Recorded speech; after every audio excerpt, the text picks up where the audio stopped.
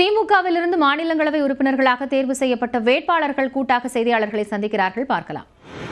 எங்களுக்கு ஆதரவு அளித்த தலைவர் அவர்களுக்கும் துணை முதல்வர் அவர்களுக்கும் எங்களுடைய தனிப்பட்ட நன்றியை நாங்கள் தெரிவிச்சுக்கிறோம்.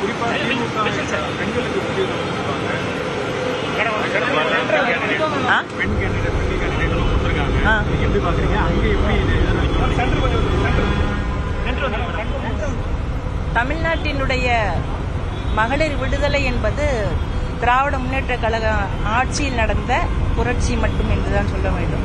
அந்த அளவுக்கு பெண்களுடைய விடுதலைக்காகவும் பெண்களுடைய உணர்வுகளுக்காகவும் மதிப்பளிக்கக்கூடிய ஒரு ஆட்சி இந்த ஆட்சி. இன்றைக்கு பல்வேறு நலத்திட்டங்களையும் பல்வேறு விதமான சமூக நீதி திட்டங்களையும் தலைவர் அவர்கள் தொடர்ச்சியாக பெண்களுக்காக அறிமுகம் செய்து கொண்டிருக்கிறார்கள். இப்படி எனக்கு கிடைத்திருக்கக்கூடிய இந்த வாய்ப்பு என்பது கழக அரசினுடைய சாதனைகளில் பல்வேறு சாதனைகளில் எத்தனையோ விஷயங்கள் அவர்கள் செய்திருக்கிறார்கள் பெண்களுக்காக. நான் ஒரு சிறு துளியாக நான் இந்த வாய்ப்பை பெற்றிருக்கிறேன். ஒரு பெண் நிச்சயமாக என்னுடைய குரலை இங்கே பெண்களுடைய நலனுக்காக தலைவருடைய சார்பாக பிரதிபலிப்பேன். தொடர்ந்து திமுக பல்வேறு வழக்குகளை உங்களுக்கு மீண்டும் ஒரு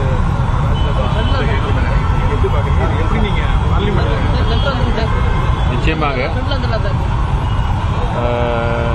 கல்வி சம்பந்தப்பட்ட விஷயங்களாலும் சரி, தமிழ்நாட்டுக்கு வர வேண்டிய ஃபண்ட்ஸ் என்றாலும் சரி, எல்லா விதத்திலும் பாஜக ஆளும் அரசு ஒரு முட்டுக்கட்டையாக இருந்து கொண்டு வருகிறது.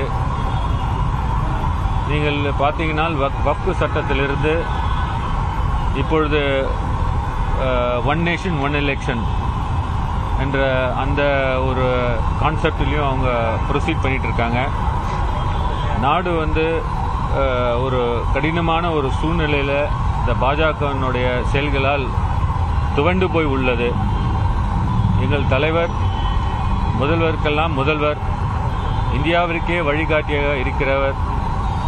எங்கள் மூலம் பாராளுமன்றத்தில் நிச்சயமாக தமிழக மக்களுக்கு மட்டும் இல்லாமல் இந்தியாவில் வாழும் அத்துணை மக்களுக்கும் ஒரு குரலாக இருந்து அரசியலமைப்பு சட்டத்தின்படி நாங்கள் இந்த மக்களை நிச்சயமாக பாதுகாப்போம். தமிழகத்திற்கு தமிழ்நாட்டிற்கு வரவேண்டிய எல்லா திட்டங்களையும் நிச்சயமாக பாராளுமன்றத்தில் குரல் கொடுத்து அதை கொண்டு வரோம் என்று இதன் மூலம் நாங்கள் உறுதி கூறுகிறோம். ரெண்டாவது முறையா மாநிலங்களவை போறீங்க.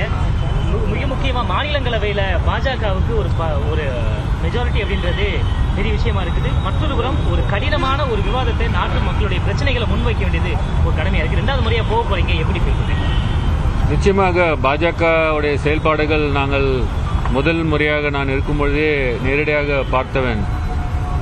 எல்லா விதத்திலும் இந்திய மக்களுக்கு ஒரு எப்படியெல்லாம் அவர்களை கஷ்டப்படுத்த வேண்டும் என்ற எண்ணத்தோடு வரியானாலும் சரி, எந்த திட்டங்களானாலும் சரி அவர்கள் செயல்படுத்தி இருக்கிறார்கள். தமிழ்நாடு பொறுத்த மட்டும் பார்த்தீங்க என்றால் எந்த திட்டங்களையும் தமிழகத்திற்கு வரக்கூடாது என்று கங்கணம் கட்டி வேலை செய்து கொண்டிருக்கிறார்கள். இப்பொழுது கூட பார்த்தீங்கன்னா சமகர சிக்ஷா 2152 கோடி எங்களுடைய தமிழ்நாடு முதலமைச்சர் அவர்கள் கூறியது போல் உச்சநீதிமன்றத்தில் வழக்கு தாக்கல் செய்துள்ளோம்.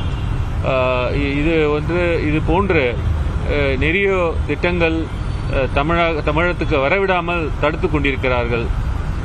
நீங்கள் ரயில்வே திட்டங்கள் கூட எடுத்துக்கொண்டீங்கனால் கூட பார்த்தீங்கன்னா கூட அது நிறைய திட்டங்களுக்கு பணம் ஒதுக்காமல் இன்னும் வஞ்சித்து கொண்டிருக்கிறார்கள்.